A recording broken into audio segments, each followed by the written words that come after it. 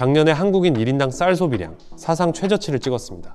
밥을 안 먹는다는 얘기죠. 다이어트에 배달 음식에 밥솥 살 일이 점점 줄어들고 있는 거죠. 근데 이상한 일이 벌어졌습니다. 국내 최대 밥솥 회사 쿠쿠의 매출이 사상 최대를 기록한 겁니다. 밥솥 안 사는 시대에 밥솥 회사는 어떻게 역대급 매출을 찍었을까요? 지금부터 탐구해 보겠습니다. 숫자로 먼저 보겠습니다. 국내 1인당 쌀 소비량 작년 기준 53.9kg입니다. 1962년 통계 작성 이래 역대 최소치입니다. 재작년인 2024년엔 55.8kg이었는데 1년 만에 3.4% 더 떨어졌습니다. 그냥 줄고 있는 정도가 아니라 감소 속도 자체가 더 빨라지고 있다는 뜻입니다. 이게 그냥 숫자만의 얘기가 아닙니다. 실제로 우리 식탁 풍경이 많이 바뀌었습니다. 예전엔 하루 3끼가 당연히 집밥, 흰쌀밥이었다면 요즘은 다릅니다. 국내 온라인 음식 배달 시장은 2024년 기준 28억 달러 규모였는데 이게 2033년까지 64억 달러로 연평균 8.5%씩 계속 커질 걸로 전망됩니다. 배달앱 하나로 웬만한 끼니를 다 해결하는 시대가 된 거죠. 혼밥 트렌드도 한몫하고 있습니다. 배달의 민족이 발표한 자료를 보면 최소 주문 금액 없이 시킬 수 있는 한 그릇 서비스를 내놓은 뒤 출시 초기 대비 주문량이 12배나 급증했으며 작년 12월 기준 누적 주문량은 3천만 건 가까이 늘어났습니다. 이제 혼자 밥 먹는 게 어쩔 수 없이 하는 선택이 아니라 그냥 하나의 취향으로 자리 잡은 겁니다. 여기에 다이어트다, 저탄고지다 해서 탄수화물을 줄이는 식습관도 늘었고 편의점 도시락, 밀키트, 냉동식품처럼 밥솥 없이도 한 끼를 때울 수 있는 선택지가 훨씬 많아졌습니다. 상황을 정리하면 이렇습니다. 쌀 소비량은 빠른 속도로 줄고 있다. 배달과 외식 시장은 계속 커진다. 혼자 대충 때우는 식사가 늘어난다. 이 세 가지를 다 합치면 자연스럽게 나오는 결론이 하나 있죠. 그럼 밥솥도 점점 안 팔리는 거 아니야? 밥솥은 결국 밥을 지어 먹는 사람이 사는 물건입니다. 밥을 안 먹으면 밥솥 살 이유도 줄어드는 게 상식적인 흐름이니까요. 실제로 이 흐름대로라면 국내 최대 밥솥 회사인 쿠쿠의 매출도 같이 꺾였어야 정상입니다. 그런데 정반대의 일이 벌어졌습니다. 쿠쿠홀딩스의 지난해 매출은 2조 423억 원, 전년 대비 8% 늘면서 창사 이래 처음으로 2조 클럽에 들어갔습니다. 올해 1분기도 마찬가지입니다. 2,327억 원, 작년 같은 기간보다 3.8% 더 늘었습니다. 쌀 소비량은 엄청난 속도로 줄어드는 시대인데 밥솥 회사는 오히려 역대 최대 실적을 찍은 겁니다. 상식적으로는 설명이 안 되는 그림이죠. 그럼 밥솥 시장 자체가 여전히 괜찮다는 거 아니야? 싶으실 수도 있는데 그것도 아닙니다. 국내 밥솥 시장을 쿠쿠와 양분하는 또 다른 회사 쿠첸을 보면 얘기가 완전히 달라집니다. 쿠첸의 올해 1분기 매출은 379억 원, 전년 같은 기간보다 마이너스 7.7% 줄었습니다. 같은 시장, 같은 위기, 같은 쌀 소비 감소라는 조건을 똑같이 겪었는데 한쪽은 사상 최대, 한쪽은 뚜렷한 역성장인 겁니다. 같은 조건에서 이렇게 결과가 갈렸다는 건 쌀 소비량 하나로는 설명이 안 된다는 뜻입니다. 쿠쿠 매출이 늘어난 데는 분명 다른 이유가 있다는 거죠. 여기서 반전이 하나 있습니다.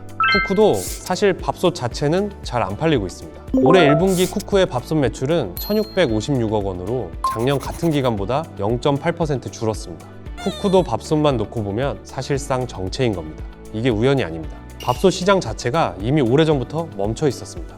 업계 추산치를 보면 국내 밥솥 시장 규모는 2014년 이후로 쭉 6천억 원대에서 사실상 제자리 걸음을 하고 있습니다. 10년 넘게 시장 파이 자체가 안 커진 겁니다. 쿠쿠가 이 시장에서 약 70%를 차지하는 부동의 1위인 건 맞지만 파이가 안 커지니 아무리 점유율이 높아도 매출이 폭발적으로 늘 수가 없는 구조입니다. 그럼 늘어난 매출은 다 어디서 나온 걸까요? 쿠쿠는 사업 구조 자체가 두 축으로 나뉩니다. 밥솥과 조리가전을 만드는 쿠쿠전자, 그리고 정수기와 렌탈 서비스를 담당하는 쿠쿠홈 시스입니다. 원래 2018년만 해도 밥솥 쪽인 쿠쿠전자가 매출 4,741억 원으로 쿠쿠홈 시스의 4,188억 원보다 많았습니다. 그런데 2019년부터 순위가 뒤바뀌었고 그 격차는 해마다 벌어졌습니다. 쿠쿠전자가 2022년 7,024억 원에서 2024년 7,480억 원으로 찔끔 늘어나는 동안 쿠쿠홈 시스는 같은 기간 9,381억 원에서 1조 572억 원으로 뛰었습니다. 밥솥 회사라는 이름표를 달고 있지만 사실 돈을 더 잘 버는 쪽은 밥솥이 아니라 정수기와 렌탈인 겁니다. 구체적으로 뭐가 잘 팔렸는지 보면 더 명확합니다. 2025년 쿠쿠 얼음 정수기 판매량은 전년보다 22% 늘었고 그 중에서도 제로백 슬림 정수기라는 모델은 월 평균 매출 증가율이 51%를 찍으며 주력 라인으로 자리 잡았습니다. 렌탈 계정 수도 국내 기준으로 273만 개를 넘겼습니다. 매달 렌탈료가 꾸준히 들어오는 이 구조가 한번 팔고 끝나는 밥솥과는 완전히 다른 안정적 수익원이 된 겁니다. 이 전환은 하루아침에 이루어진 게 아닙니다. 쿠쿠는 2010년에 처음 정수기 사업에 발을 들였고 2017년엔 아예 회사 구조 자체를 바꿨습니다. 지주회사 쿠쿠홀딩스 밑에 제조를 맡는 쿠쿠전자와 정수기 렌탈을 맡는 쿠쿠홈시스로 회사를 쪼갠 겁니다. 밥솥 하나에 몰려있던 사업을 아예 조직 단위로 분산시킨 셈이죠. 여기에 최근에는 뷰티 시술, 주방 로봇까지 신규 사업 목록에 추가하며 확장을 계속하고 있습니다. 정리하면 이렇습니다. 쿠쿠 매출이 늘어난 건 밥솥이 잘 팔려서가 아닙니다. 10년 넘게 제자리인 밥솥 시장 대신 정수기와 렌탈이라는 완전히 다른 성장 엔진을 미리 만들어뒀기 때문입니다. 그런데 여기서 궁금해지는 게 하나 있습니다. 밥솥 시장이 정체된 건 쿠쿠나 쿠첸이나 똑같이 겪은 상황이었습니다. 그럼 쿠첸도 쿠쿠처럼 진작에 다른 사업으로 눈을 돌렸으면 되지 않았을까요? 실제로는 그러지 않았습니다.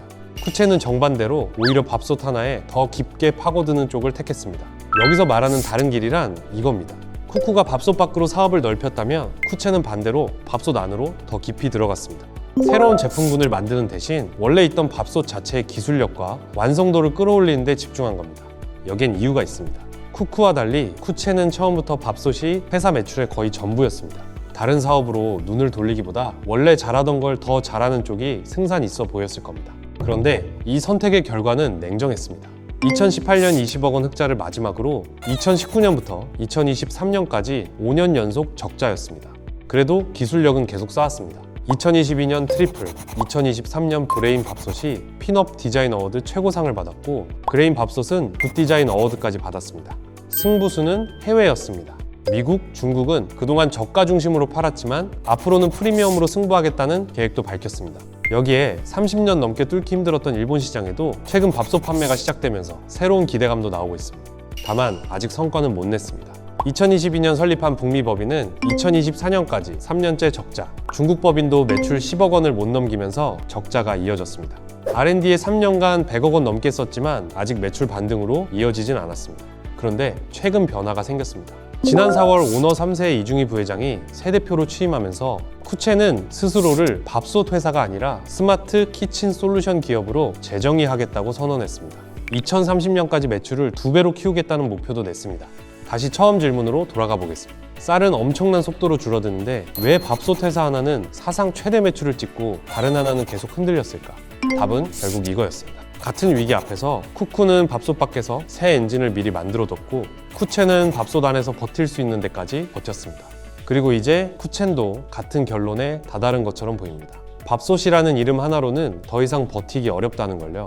앞으로 우리 주방에서 어떤 기업의 제품이 더 많은 공간을 차지하게 될까요? 여러분의 생각은 어떠신가요? 댓글로 여러분의 생각을 남겨주세요. 그럼 다음 시간에 만나요. 가전 탐구 영역 탐구 활동 끝!